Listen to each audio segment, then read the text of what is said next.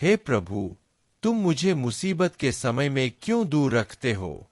यह वह साहसी प्रश्न है जिससे भजन 10 की शुरुआत होती है। एक ऐसी पुकार जो रातों की नींद हराम करने वालों में, अन्याय के क्षणों में और दिल की खामोश पीड़ाओं में गूंजती है। यह भजन उन लोगों के लिए है जो अराजकता के बीच में महसूस करते हैं कि परमेश्वर ने उन्हें भुला दिया है, जिन्होंने दुष्टों को समृद्ध होते देखा है जबकि धर्मी लोग कष्ट भोग रहे हैं। और साथ ही यह विश्वास की पुकार है जो दर्द को काटती है, यह विश्वास करते हुए कि परमेश्वर देखता है, सुनता है और कार्य करेगा। भजन 10 हमें बुराई की समस्या और ईश्वर की स्पष्ट चुप्पी के साथ एक गहन टकराव की ओर ले जाता है। लेकिन यह निराशा का भजन नहीं है। इसके विपरीत यह एक यात्रा है जो पीड़ादायक विस्फोट से शुरू होती है और बहाल विश्वास के साथ समाप्त होती है। इसमें हम सीखते हैं कि ईश्वर से सवाल करना विश्वास की कमी नहीं है, बल्कि एक ऐसे पिता के साथ एक ईमानदार रिश्ते का हिस्सा है जो हमारी कमजोरियों को जानता है। भजनकार बुराई के सामने चुप नहीं रहता है और यह हमें अन्याय के प्रति उदासीन नहीं होना सिखाता है। इस वीडियो में हम इस गहन और मार्मिक भजन की हर पंक्ति पर गहराई से विचार करेंगे और कुछ गहन बातें जानेंगे। जब ऐसा लगता है कि अन्याय के सामने ईश्वर चुप है, तो कैसे विश्वास बनाए रखें? प्रत्येक पंक्ति उत्पीड़ितों की पुकार, दुष्टों के अहंकार और इस निश्चितता के बारे में अनमोल सत्य प्रकट करती है कि प्रभु सही समय पर सुनते हैं और कार्य करते हैं। अंत तक बने रहें, क्योंकि एक समृद्ध और परिवर्तनकारी चिंतन के अलावा हम भजन 10 से प्रेरित एक प्रार्थना करेंगे, एक ऐसी प्रार्थना जो आपके अंदर ईश्वर पर भरोसा जगा सकती है, जो देखता है, सुनता है और उन लोगों की रक्षा करता है जो सच्चे दिल से उस पर भरोसा करते हैं। पद 1। हे प्रभु, तू दूर क्यों खड़ा है? तुम छुपाओ मुसीबत के समय में। यह पद एक साहसिक प्रश्न से शुरू होता है जो दर्द और उलझन से भरा है। भजनकार को ठीक उसी समय ईश्वर की अनुपस्थिति का एहसास होता है जब उसे उसकी सबसे अधिक आवश्यकता होती है। यह एक ऐसी पुकार है जो एक पीड़ित आत्मा से निकलती है, एक प्रार्थना जो उस व्यक्ति की पीड़ा से उत्पन्न होती है जो चारों ओर देखता है और पीड़ा के सामने ईश्वरीय मौन को नहीं समझ पाता है। इस प्रकार की पुकार दर्शाती है कि सच्चा विश्वास दर्द से अछूता नहीं है, बल्कि ईश्वर के सामने पारदर्शी है। डेविड विश्वास नहीं खो रहा है, बल्कि सही जगह पर जवाब खोज रहा है। वह अपने दर्द को प्रार्थना में बदल देता है, यह दिखाते हुए कि जब आत्मा कराहना चुप रहने से बेहतर है कि चिल्लाकर कहा जाए। अंधेरे दिनों में भी जब हमारा दिल पूछता है, भगवान कहाँ है, हमें प्रामाणिकता के लिए बुलाया जाता है। भगवान यह नहीं मांगते कि हम अपने दर्द को दबाएं, वह हमें इसे अपने पास लाने के लिए आमंत्रित करते हैं। यह कमजोरी में है कि उनकी उपस्थिति प्रकट होती है, तब भी जब यह दिखाई नहीं देती है, तब भी जब केवल मौन प्रतिक्रिया करता है। प्रतिबिंबित करना, क्या आपने हिम्मत करके भगवान से पूछा है कि आपके दर्द के बीच में वह कहाँ है? क्या आपके विश्वास में सच्चे संदेह और ईमानदार प्रार्थनाओं के लिए जगह है? आज आपके जीवन के किन क्षेत्रों को अधिक सच्चाई और कम दिखावे के साथ भगवान के सामने समर्पित करने की आवश्यकता है? पद 2। दुष्ट लोग अभिमान से दीन लोगों को सताते हैं, वे अपनी बनाई हुई युक्तियों में फंस जाएं। इस श्लोक में भजनकार दुष्टों के रवैये की निंदा करता है जो घमंड से भरे हुए कमजोर लोगों पर अत्याचार करते हैं। यहां अहंकार सिर्फ एक आंतरिक मुद्रा नहीं है, बल्कि उत्पीड़न, अन्याय और सत्ता के दुरुपयोग का एक सक्रिय व्यवहार है। गरीब लोग उन लोगों की दुष्टता का निशाना बन जाते हैं जो खुद को अछूत और श्रेष्ठ समझते हैं। यह वास्तविकता आज भी गूंजती है जब हम देखते हैं कि सत्ता संरचनाओं का इस्तेमाल उन लोगों को कुचलने के लिए किया जा रहा है जिनके पास सबसे कम है। भजनकार की प्रार्थना न्याय की मांग करती है, ऐसा न्याय जो परमेश्वर के चरित्र को दर्शाता है, दृढ़, मुक्तिदाता और हृदयों के प्रति चौकस। वह दुष्टों से कहता है कि वे अपने ही जाल में फंस जाए और ऐसे परमेश्वर पर भरोसा करे जो दिखावे से परे देखता है और मानवीय अभिमान को नजरअंदाज नहीं करता। यह पुकार हमें गरीबों और उत्पीड़ितों के प्रति करुणा रखने और अन्याय के सामने चुप न रहने के लिए आमंत्रित करती है। न्याय के लिए प्रार्थना करने का अर्थ न्यायपूर्ण तरीके से कार्य करना भी है, अपने कार्यों में उस न्याय परमेश्वर को प्रतिबिंबित करना जिसकी हम सेवा करते हैं। प्रतिबिंबित करना, क्या आपने अपने आसपास के सबसे कमजोर लोगों के दर्द को देखा और उसका स्वागत किया है? आप उन लोगों के अहंकार पर कैसे प्रतिक्रिया करते हैं जो गरीबों पर अत्याचार करते हैं? क्या आपके जीवन में न्यायी ईश्वर की झलक दिखती है जो उत्पीड़ितों के लिए खड़ा होता है? पद 3, क्योंकि दुष्ट अपनी लालसा पर घमंड करता है, वह लोभी को आशीर्वाद देता है, परंतु यहोवा को इनकार करता है। इस श्लोक में भजनकार दुष्टों के भ्रष्ट हृदय को प्रकट करता है। वह अपनी स्वार्थी इच्छाओं पर गर्व करता है, लालची लोगों को ऊंचा उठाता है और परमेश्वर को पूरी तरह से अस्वीकार करता है। जो शर्म का कारण होना चाहिए वह घमंड का कारण बन जाता है। अव्यवस्थित इच्छा का जश्न मनाया जाता है और बुराई की सराहना की जाती है। मूल्यों का यह उल्टा होना गहन आध्यात्मिक पतन का संकेत है, जहां जो नीच है उसे ऊंचा किया जाता है और जो पवित्र है उसे तुच्छ समझा जाता है। यहां जिस लालच का जिक्र किया गया है वह पैसे के प्यार से कहीं बढ़कर है। यह खुद की मूर्ति पूजा है, खुद पर केंद्रित जीवन, ईश्वर के प्रति दया या भय के बिना। लालची को ऊंचा करके और प्रभु को अस्वीकार करके दुष्ट एक ऐसा दिल प्रकट करते हैं जो प्रेम के बजाय लाभ को, ईश्वरीय उपस्थिति के बजाय शक्ति को प्राथमिकता देता है। यह श्लोक हमें इस बात पर विचार करने के लिए आमंत्रित करता है कि हमने किसकी सराहना की है, वे जो पैदल चलते हैं या वे जो धार्मिकता से जीते हैं। हमारे मूल्य स्वर्ग के मूल्यों के साथ संरेखित हो, जहां विनम्र को ऊंचा किया जाता है और धर्मी को याद किया जाता है।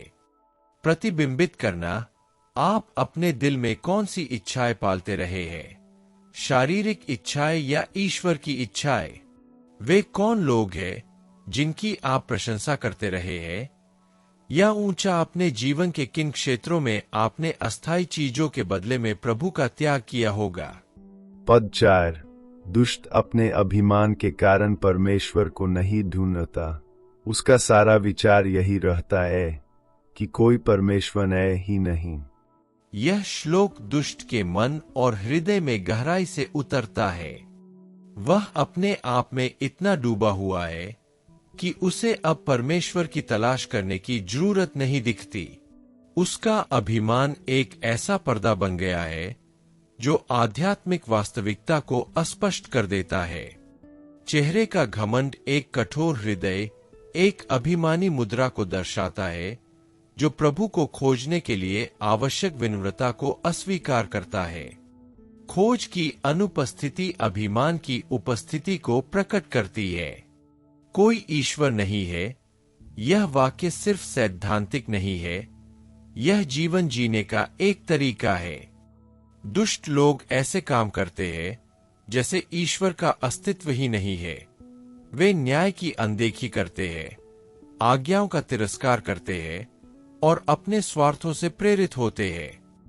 यह व्यावहारिक इनकार मौखिक इनकार से भी ज्यादा खतरनाक है, क्योंकि यह दृष्टिकोण और प्राथमिकताओं को आकार देता है। यह श्लोक हमें चिंतन करने के लिए कहता है, भले ही हम आस्था का दावा करते हो, लेकिन जब हमारे चुनाव घमंड और आत्मनिर्भरता को प्रकट करते हैं, तो हम ऐसे जी सकते हैं जैसे ईश्वर अनुपस्थित हो। सच्चा विश्वास उस जीवन में व्यक्त होता है जो श्रद्धा चाहता है और प्रतिदिन प्रभु पर निर्भर रहता है। प्रतिबिंबित करना, क्या आपके कार्य किसी ऐसे व्यक्ति को दर्शाते हैं जो ईश्वर पर निर्भर है, या जो ऐसे जीता है जैसे ईश्वर का अस्तित्व ही नहीं है? क्या आपने अपने दिल में आत्मनिर्भरता और घमंड से संघर्ष किया है? आपके दैनिक निर्णयों में ईश्वर की खोज का क्या स्थान है? पद 5, उसके मार्ग सदैव सफल होते हैं, तेरे निर्णय उससे दूर रहते हैं, वह अपने सब विरोधियों का अपमान करता है। यह श्लोक दुष्टों को घेरने वाले अजेयता के भ्रम का वर्णन करता है। उसके मार्ग हमेशा समृद्ध प्रतीत होते हैं। वह धन, प्रभाव और स्पष्ट जीत अर्जित करता है। मानवीय दृष्टि से वह अपने हर काम में सफल प्रतीत होता है, भले ही वह अन्यायपूर्ण कार्य करता हो। न्याय के बिना यह समृद्धि ही भजनकार को शर्मिंदा करती है, क्योंकि ऐसा लगता है कि ईश्वर दूर है और बुराई जीत रही है। समस्या समृद्धि नहीं है, बल्कि हृदय का रवैया है। दुष्ट लोग ऐसे जीते हैं मानो ईश्वर का न्याय उनसे बहुत दूर है, बिना किसी डर के काम करते हैं, मानो कोई शाश्वत परिणाम नहीं है। वे अहंकार के साथ अपने विरोधियों का तिरस्कार करते हैं, भ्रम के आधार पर सुरक्षा की झूठी भावना को पोषित करते हैं। यह श्लोक हमें याद दिलाता है कि सभी समृद्धि ईश्वरीय स्वीकृति का संकेत नहीं देती है। अक्सर ईश्वर की चुप्पी पश्चाताप के लिए एक स्थान होती है, न्याय की अनुपस्थिति नहीं।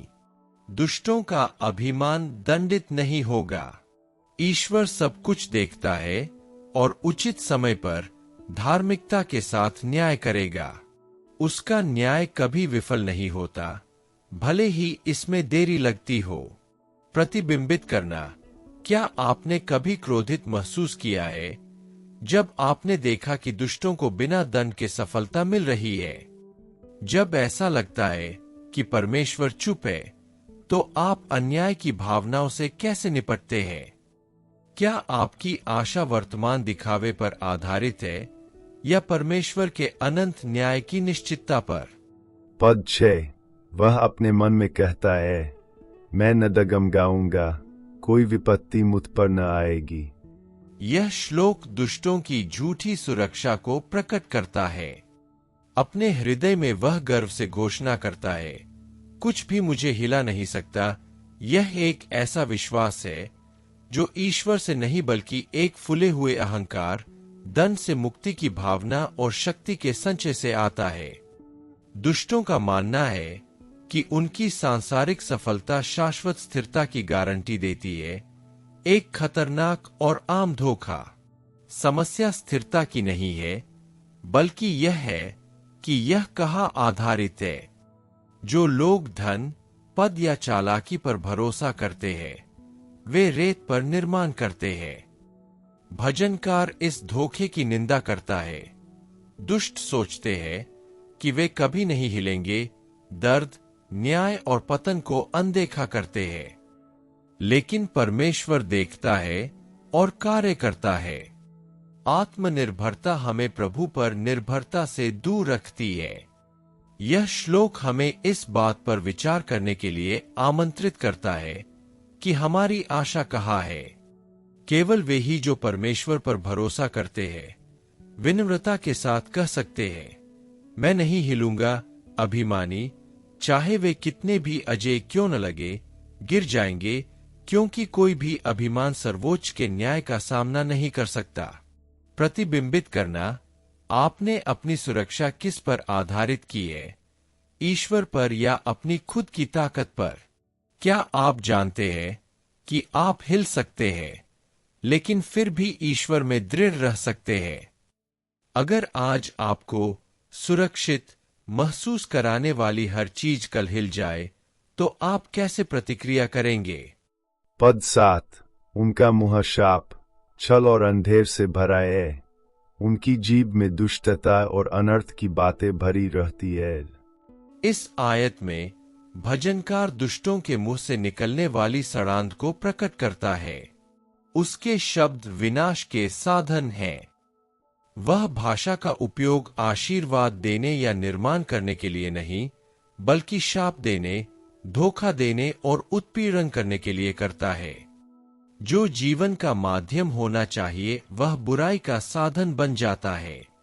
उसकी जीभ के नीचे अर्थात छिपी हुई अधर्म और चोट पहुंचाने की मंशा है।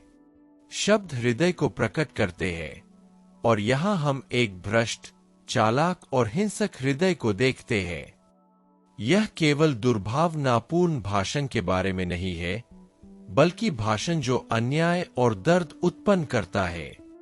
भजनकार दिखाता है कि बुराई हमेशा हथियारों के साथ नहीं आती है, बल्कि जहरीले शब्दों के साथ आती है जो नष्ट करते हैं, झूठ फैलाते हैं और घृणा को भड़काते हैं। यह श्लोक उस समय के लिए एक चेतावनी है जब नफरत भरी भाषा प्रचलित होती है और झूठ का बोलबाला होता है। हमें ध्यान रखना चाहिए कि हम क्या सुनते और कहते हैं।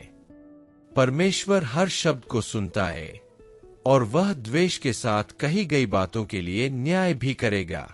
प्रतिबिंबित करना, क्या आपने अपने शब्दों का इस्तेमाल आशीर्वाद देने या चोट पहुंचाने के लिए किया है? क्या आपके मुंह से निकली बातों से परमेश्वर का स्वभाव झलकता है या स्वार्थी इरादे प्रकट होते हैं? आपने अपने आसपास की दुष्टता और झूठ बोलने वाली बातों पर कैसे प्रतिक्रिया दी है? श्लोक 8। वह गावों में घात लगाता है, वह गुप्त स्थानों में निर्दोषों को मार डालता है, उसकी आंखें गरीबों पर छिपी रहती है। इस श्लोक में भजनकार दुष्टों की रणनीतिक क्रूरता का वर्णन करता है। वह आवेग में आकर काम नहीं करता, बल्कि ठंडे दिमाग और पूर्व योजना के साथ काम करता है।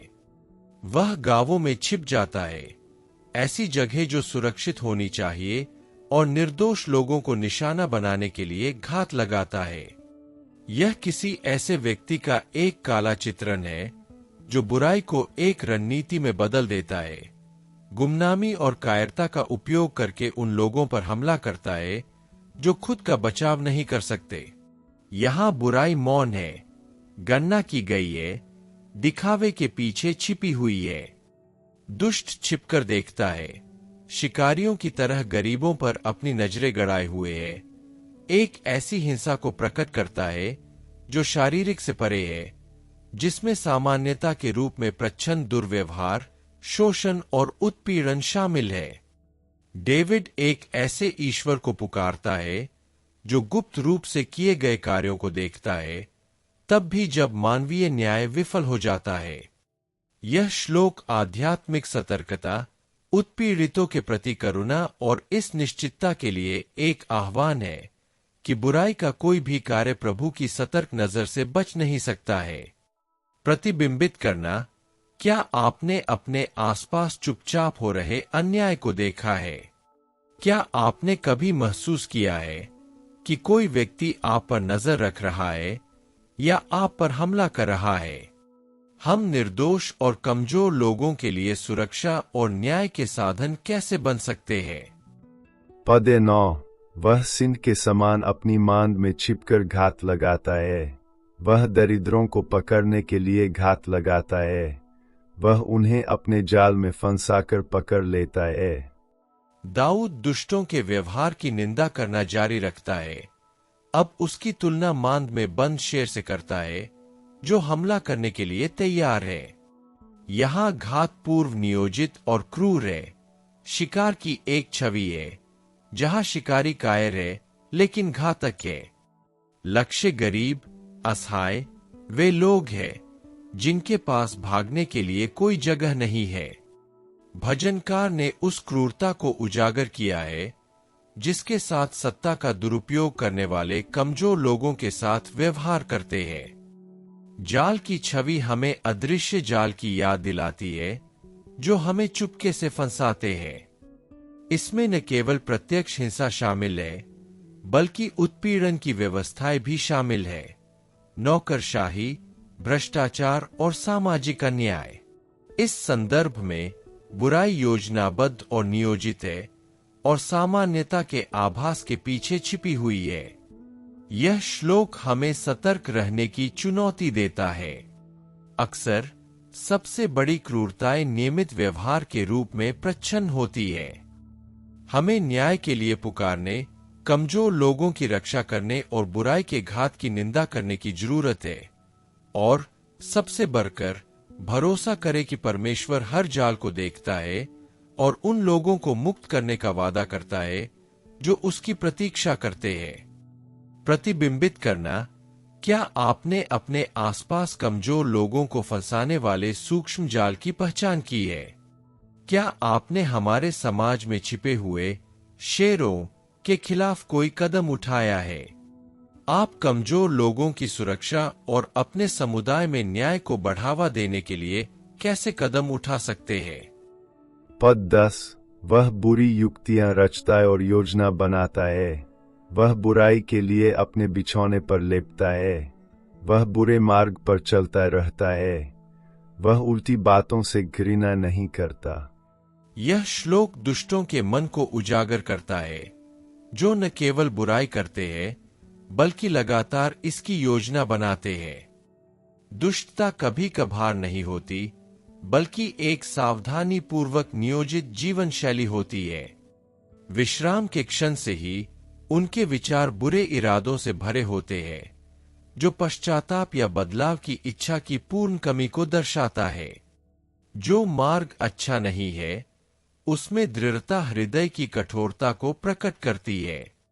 दुष्ट लोग बुराई को अस्वीकार करने में संकोच नहीं करते। इसके बजाय वे न्याय और नैतिकता को चुनौती देते हुए दृढ़ संकल्प के साथ अपने अंधेरे मार्ग को अपनाते हैं। यह श्लोक हमें अपने स्वयं के विचारों की जांच करने के लिए आमंत्रित करता है।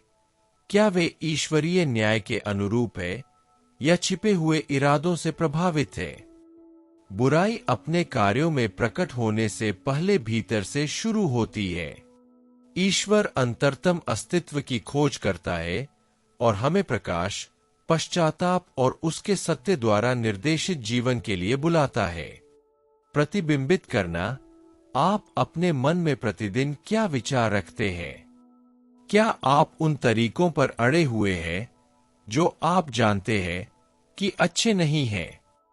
आप दुष्टता को अस्वीकार करने और अच्छाई को अपनाने के लिए अपने मन के नवीनीकरण की तलाश कैसे कर सकते हैं? पद 11। वह अपने मन में कहता है, परमेश्वर भूल गया है, उसने अपना मुख छिपा लिया है, वह उसे कभी नहीं देखेगा। यह श्लोक उस भ्रम को प्रकट करता है जो दुष्टों की दंडहीनता को बढ़ावा देता है। उनका मानना है कि ईश्वर दूर है, असंबंधित है या यहां तक कि उदासीन भी है। वाक्यांश ईश्वर भूल गया है अहंकार से भ्रष्ट हृदय को दर्शाता है, जो ईश्वरीय धैर्य को अनुपस्थिति के साथ भ्रमित करता है। यह अपने पापों के सामने विवेक को चुप कराने का मानवीय प्रयास है। इजहार ढका हुआ उसका चेहरा एक अनुपस्थित ईश्वर के भ्रम का सुझाव देता है, जैसे कि बुराई उस ईश्वर की नजर से बच सकती है जो सब कुछ देखता है। यह एक खतरनाक झूठ है कि न्याय कभी नहीं आएगा। दुष्ट इस पर विश्वास करते हुए बिना किसी डर के हिंसा के साथ कार्य करते हैं। लेकिन भजनकार हमें याद दिलाता है कि ईश्वर अंधा या निष्क्रिय नहीं है। वह देखता है, न्याय करता है और उचित समय पर कार्य करता है। हर आंसू, अन्याय और चिल्लाहट को ध्यान में रखा जाएगा। ईश्वर की चुप्पी विस्मृति नहीं है, बल्कि उनके पूर्ण न्याय का हिस्सा है। प्रतिबिंबित करना। क्या आप कभी यह सोचने के लिए प्रलोभित हुए हैं कि भगवान आपके दर्द को भूल गए हैं? यह गलत विचार कि भगवान नहीं देखता आपके कार्यों को कैसे प्रभावित कर सकता है? आप भगवान के न्याय में अपने विश्वास को कैसे मजबूत कर सकते हैं, भले ही इसमें देरी हो रही हो? पद 12। हे प्रभु, हे परमेश्वर, उठ, अपना हाथ ऊपर उठाए, नम्र लोगों को मत भूलना। इस पुकार में भजनकार ने एक साहसिक दलील के साथ पीड़ा की चुप्पी को तोड़ा। वह ईश्वर से कार्य करने के लिए कहता है, हे प्रभु, उठो, मानो युद्ध के मैदान में किसी राजा को बुला रहा हो।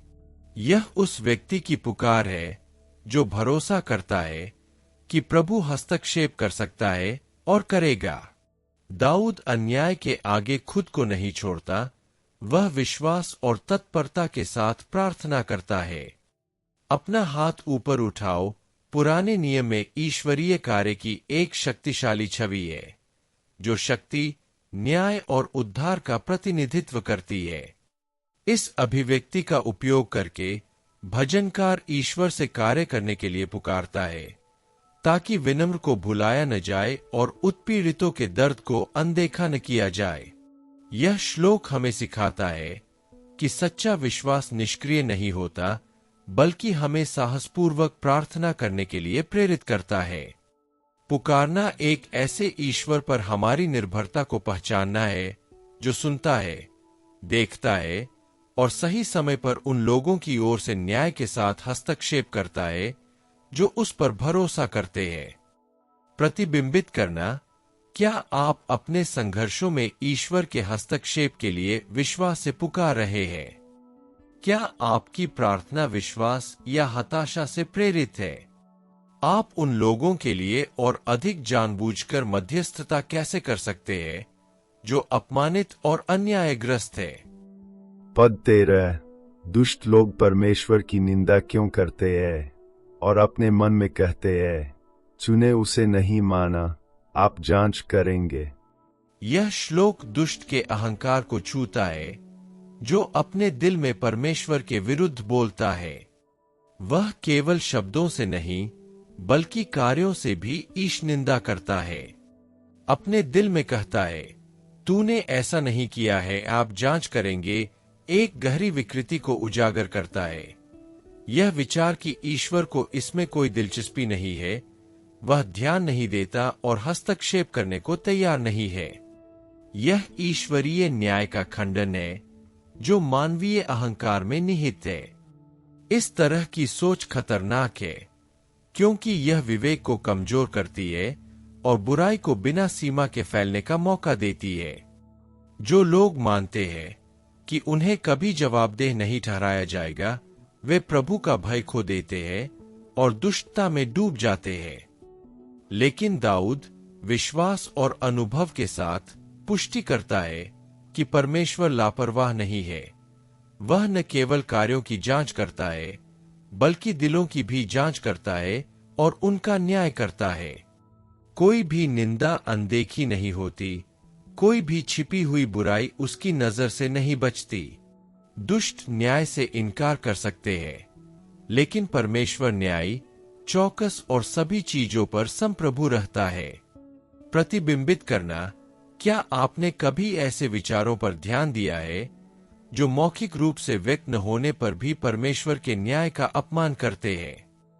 आप ऐसा हृदय कैसे विकसित कर सकते हैं जो मौन में भी परमेश्वर के न्याय पर भरोसा करता हो? आज आप उस व्यक्ति से क्या कहेंगे जो सोचता है कि परमेश्वर नहीं देखता या परवाह नहीं करता? पद 14। तुमने इसे देखा है, क्योंकि तुम परिश्रम और परेशानी को देखते हो, चुकाने तेरे हाथ से, गरीब अपने आप को तेरे हवाले कर देते हैं, तू अनाथों का सहायक है। दाऊद दुष्टों के भ्रम को तोड़ता है और सत्य कहता है। भगवान देखता है, वह उत्पीड़ित लोगों की पीड़ा और संघर्ष को करीब से देखता है। कुछ भी उसकी नजर से नहीं बच पाता। आपका देखो, पीड़ितों के काम, उनके खामोश आंसू, उनकी रातों की नींद हराम, सब कुछ परमेश्वर के सामने है और वह उदासीनता से नहीं देखता, बल्कि कार्रवाई करने, बदला चुकाने, न्याय को अपने हाथों में लेने के इरादे से देखता है। इस पद में हम उन लोगों के लिए सांत्वना पाते हैं जो भूले हुए महसूस करते हैं। गरीब खुद को ईश्वर के हवाले कर देते हैं, क्योंकि वे जानते हैं कि उनमें शरण है। अनाथ, जो कमजोरी का प्रतीक है, उसे प्रभु में एक वफादार सहायक मिलता है। ईश्वर न केवल देखता है, बल्कि एक न्यायप्रिय और देखभाल करने वाले पिता के रूप में असहायों का स्वागत करता है, हस्तक्षेप करता है और उनकी रक्षा करता है।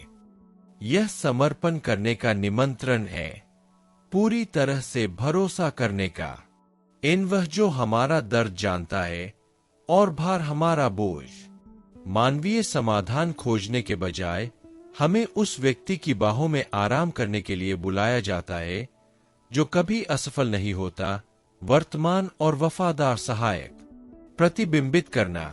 क्या आप मानते हैं कि परमेश्वर आपके अनुभवों को विस्तार से देखता है, यहां तक कि वह भी जो कोई और नहीं देख सकता? अपने जीवन के किन क्षेत्रों में आपको खुद को पूरी तरह से परमेश्वर की देखभाल में समर्पित करने की जरूरत है? आप असहाय लोगों की मदद करके परमेश्वर के चरित्र को कैसे दर्शा सकते हैं? पद 15। दुष्ट और बुरे मनुष्य की भुजा तोड़ डालो, उसकी दुष्टता का पता लगाओ जब तक कि वह समाप्त न हो जाए।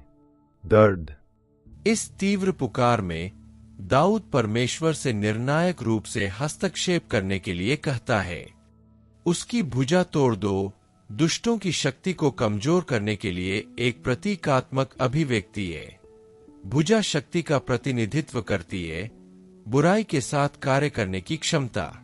यह दृढ़ न्याय के लिए एक पुकार है जो दुष्टों की उत्पीड़न जारी रखने की क्षमता को छीन लेती है। यह व्यक्तिगत बदला नहीं है, बल्कि सामूहिक उद्धार के लिए एक पुकार है।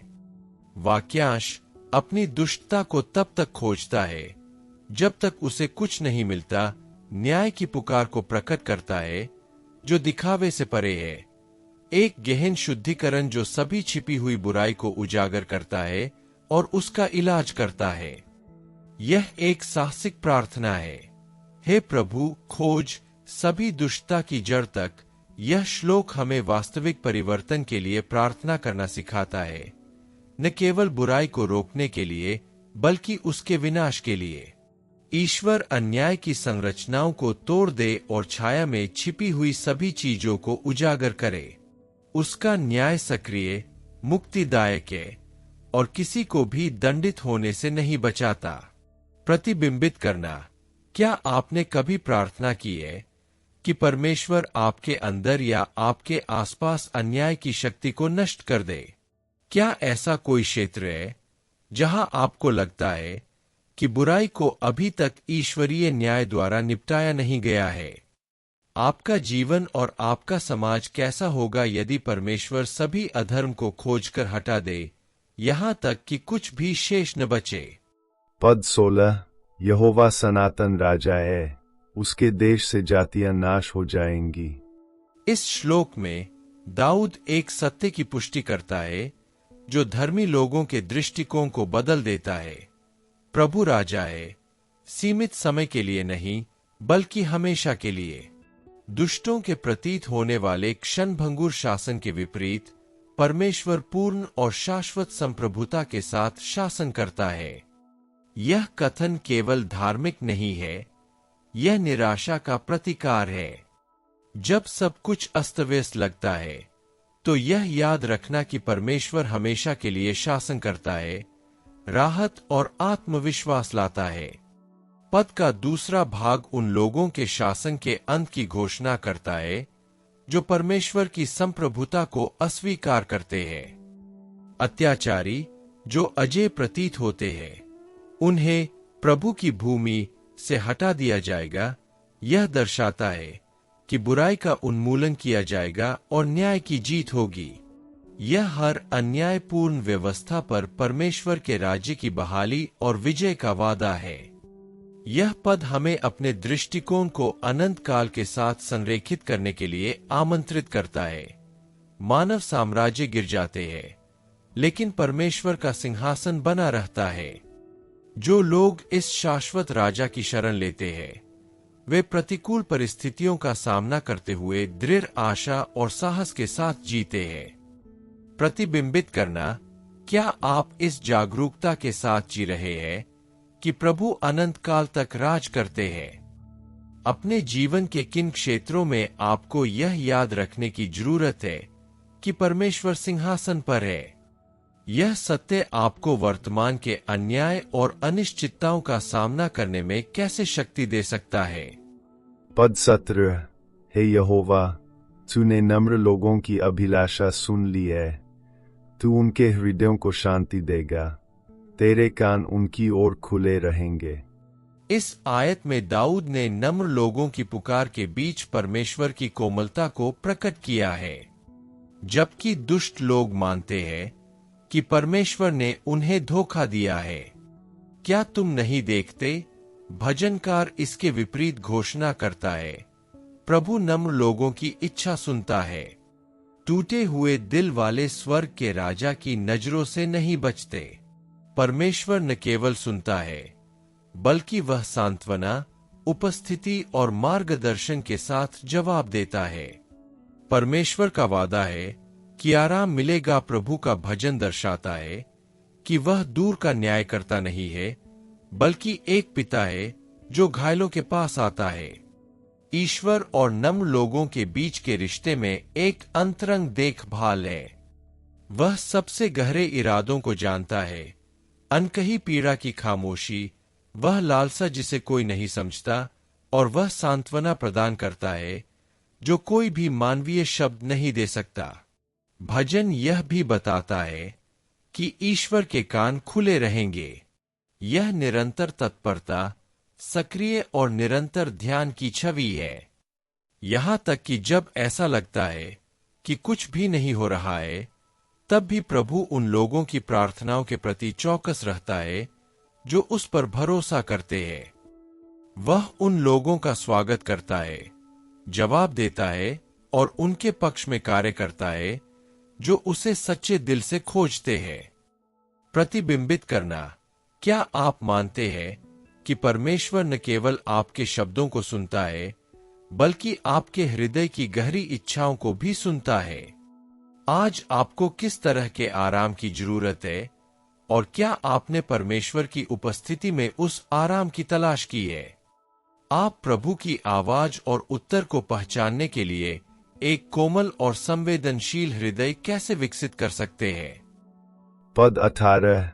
अनाथों और उत्पीड़ितों का न्याय चुकाओ, ताकि पृथ्वी पर रहने वाला मनुष्य फिर हिंसा न करे।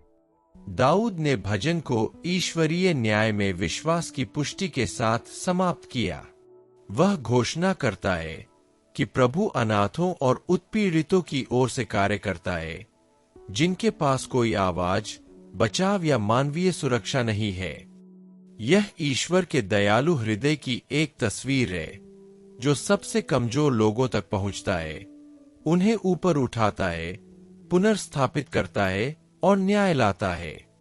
पद का दूसरा भाग ईश्वरीय हस्तक्षेप के उद्देश्य को प्रकट करता है, ताकि पृथ्वी पर मनुष्य अब हिंसा का उपयोग न करे। दूसरे शब्दों में, ईश्वर की कार्रवाई का उद्देश्य बुराई के चक्र को तोड़ना है।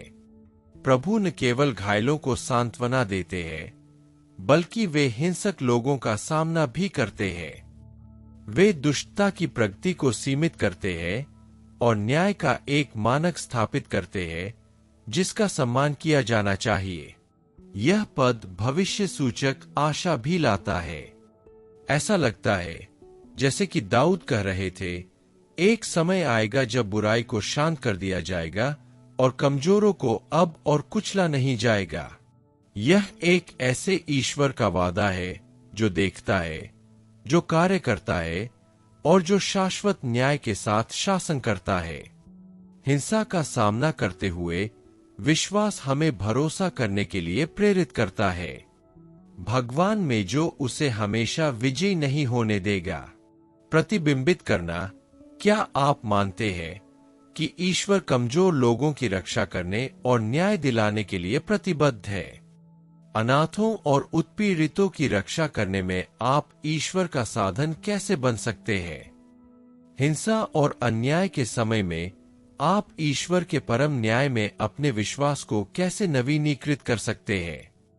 हम यह निष्कर्ष निकाल सकते हैं कि भजन 10 पीड़ा के रसातल से उत्पन्न एक पुकार है, लेकिन जिसका उत्तर ईश्वरीय न्याय के उच्च सिंहासन पर मिलता है।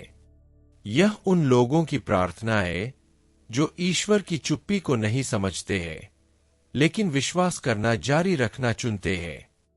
अहंकारी लोगों के क्रूर कार्यों के बीच भजनकार अपने विश्वास को नहीं छोड़ता है। वह इसे एक जीवंत, तीव्र दलील में बदल देता है जो उत्तर की तलाश में स्वर्ग को पार कर जाती है। यह वह विश्वास है जो टिका रहता है, वह जो बिना देखे भी प्रार्थना करता है। प्रत्येक श्लोक उस वास्तविकता का दर्पण है जिसमें हम अभी भी रह रहे हैं। बुराई अक्सर फलती फूलती दिखती है। दुनिया में विनम्र लोगों को भुला दिया जाता है, लेकिन यह भजन हमें सिखाता है कि परमेश्वरीय सुनना और आयुवह दुष्टों के छद्मवेश में नहीं फंसता और नहीं धर्मी लोगों के दुखों के सामने निष्क्रिय रहता है। उसका न्याय निश्चित है, भले ही वह हमारे समय से अलग समय पर आए। यह संदेश हमें हमारी आत्मसंतुष्टि से जगाए और हमारे भीतर साहसपूर्ण प्रार्थना की लौ को फिर से प्रज्वलित करे। हम केवल बुराई के पर्यवेक्षक न बने, बल्कि उत्साही मध्यस्थ बने। हम में यह साहस हो कि हम चिल्ला सके, उठो प्रभु, और उन लोगों की पुकार सुनने की संवेदनशीलता हो जो गिर गए हैं। क्योंकि परमेश्वर जो दीन लोगों की कराह सुनता है, वह अभी भी सिंहासन पर है और उसका राज्य कभी नहीं हिलेगा। अगर आपने कभी महसूस किया है कि दुष्ट लोग समृद्ध होते हैं जबकि धर्मी लोग कष्ट भोगते हैं, तो यह भजन आपके लिए है। अगर आपने कभी मौन में प्रार्थना की है और सोचा है कि भगवान कहाँ है, होना यह भजन आपके लिए है। यदि आपका हृदय न्याय के लिए पुकारता है, लेकिन आपके आसपास सब कुछ दंड से मुक्त प्रतीत होता है, तो यह भजन आपको याद दिलाने के लिए लिखा गया है। परमेश्वर देखता है, सुनता है और कभी चूकता नहीं है। अब जबकि हम प्रत्येक पद का अर्थ और वह संदेश समझ गए हैं जो परमेश्वर हमें देना चाहता है, मैं आपको भजन 10 को 6 और दिनों तक प्रार्थना करने के लिए आमंत्रित करता हूँ। प्रत्येक पद को सृष्टिकर्ता के साथ बातचीत के रूप में पढ़े और उसे अपने न्याय में विश्वास, पुकारने की शक्ति और यह आशा कि वह दीन लोगों की रक्षा करता है और बुराई को हराता है, को नवीनीकृत करने दे। और इस संदेश को अपने हृदय में अंकित करने के लिए हम अब आपको भजन संहिता 10 से प्रेरित इस विशेष प्रार्थना को अपने साथ रखने और प्रार्थना करने के लिए आमंत्रित करते हैं। जब भी आपको आवश्यकता हो, इसे दोहराए ताकि आपको याद रहे कि परमेश्वर आपकी पुकार को सुनता है, दुखी लोगों को कभी नहीं भूलता, तथा वह न्यायाधीश है जो उन लोगों के पक्ष में कार्य करता है जो उस पर भरोसा करते हैं। भजन 10 से प्रेरित प्रार्थना।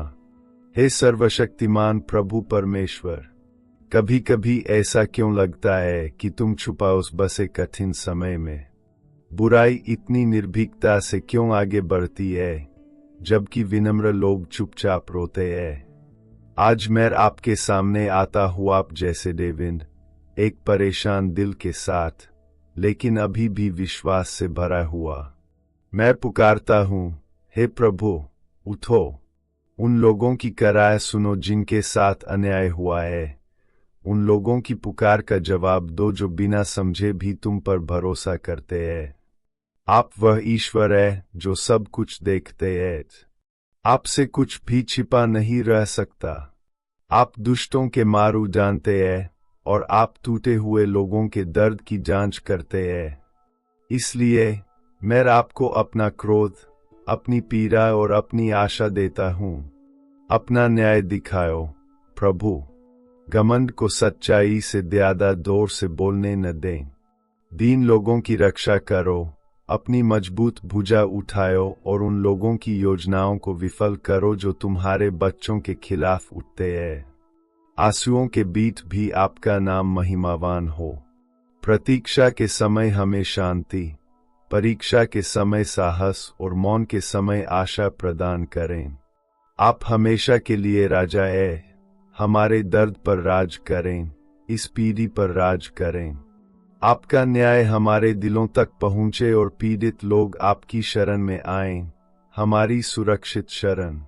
यीशु के नाम पर आमीन। अगर यह संदेश आपके दिल को छू गया है तो इस वीडियो को लाइक करें और इसे किसी ऐसे व्यक्ति के साथ साझा करें जिसे यह याद रखने की जरूरत है कि ईश्वर कभी भी पीड़ितों को नहीं भूलता है और हमेशा दीन दुखियों की पुकार पर ध्यान देता है।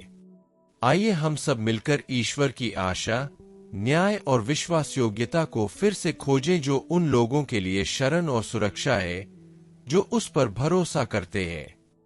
भजन संहिता पर अधिक चिंतन के लिए चैनल की सदस्यता लें। प्रत्येक नए अध्ययन को प्राप्त करने के लिए सूचनाएं सक्रिय करें और टिप्पणियों में अपना प्रार्थना अनुरोध छोड़ दें, क्योंकि हम विश्वास और स्नेह के साथ आपके लिए मध्यस्थता करेंगे। प्रभु आप में यह भरोसा फिर से जगाए कि वह अपने निर्णयों में न्यायपूर्ण है, कि वह अपने लोगों को मजबूत करता है और उत्पीड़ितों की रक्षा करता है। आपकी आंखें आपके जीवन में कार्य करने वाले ईश्वर के न्याय और दया को देखने के लिए खुल जाए और आपका हृदय कभी यह न भूले कि कठिनाइयों में भी वह आपका सर्वोच्च आश्रय है। अगले वीडियो तक भगवान आपके जीवन, आपके परिवार और आपके व्यवसाय को आशीर्वाद दे।